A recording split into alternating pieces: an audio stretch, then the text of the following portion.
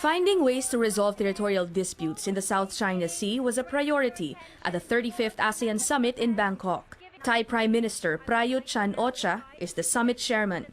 In his final statement concluding the events, he said ASEAN leaders emphasized the importance of non-militarization and self-restraint in the conduct of all activities by claimants and all other states.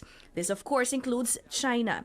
At the ASEAN-China meeting, President Rodrigo Duterte made sure to reiterate the solutions he sees, fast-tracking the code of conduct and making sure that all nations passing through disputed waters comply with international law. He said all stakeholders must use all the influence that they have individually and collectively to persuade parties to exercise self-restraint and avoid actions that may further complicate the situation. This statement apparently is backed by other ASEAN leaders. They're very concerned of what is happening in the South China Sea.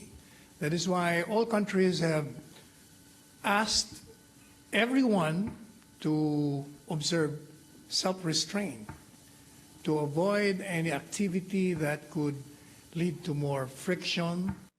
Even China agrees that the COC is needed, even as it claims ownership over the entire South China Sea. The COC would lay out rules on how countries should behave in disputed areas. As earlier proposed by China, ASEAN leaders agreed to complete it in 3 years, or by 2022, the same year President Duterte's term ends. It recognizes the fact that if it does not agree to a code of conduct, then there will be turmoil in this region.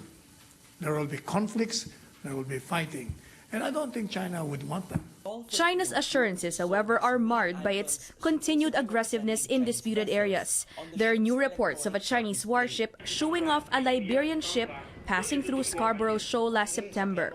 The ship, however, was able to sail through after its Filipino captain stood his ground against the Chinese. Philippine officials see no need to take any action, considering that the Liberian vessel was able to pass through. In a way, it does not concern us because it's not a Philippine vessel. Finance Secretary Carlos Dominguez giving his take on such incidents. He says these shouldn't go unnoticed when ASEAN leaders draft their joint statement to conclude the summit. I think it's very important that recognition of past incidences have to be referred to. Ina Andolong, CNN Philippines.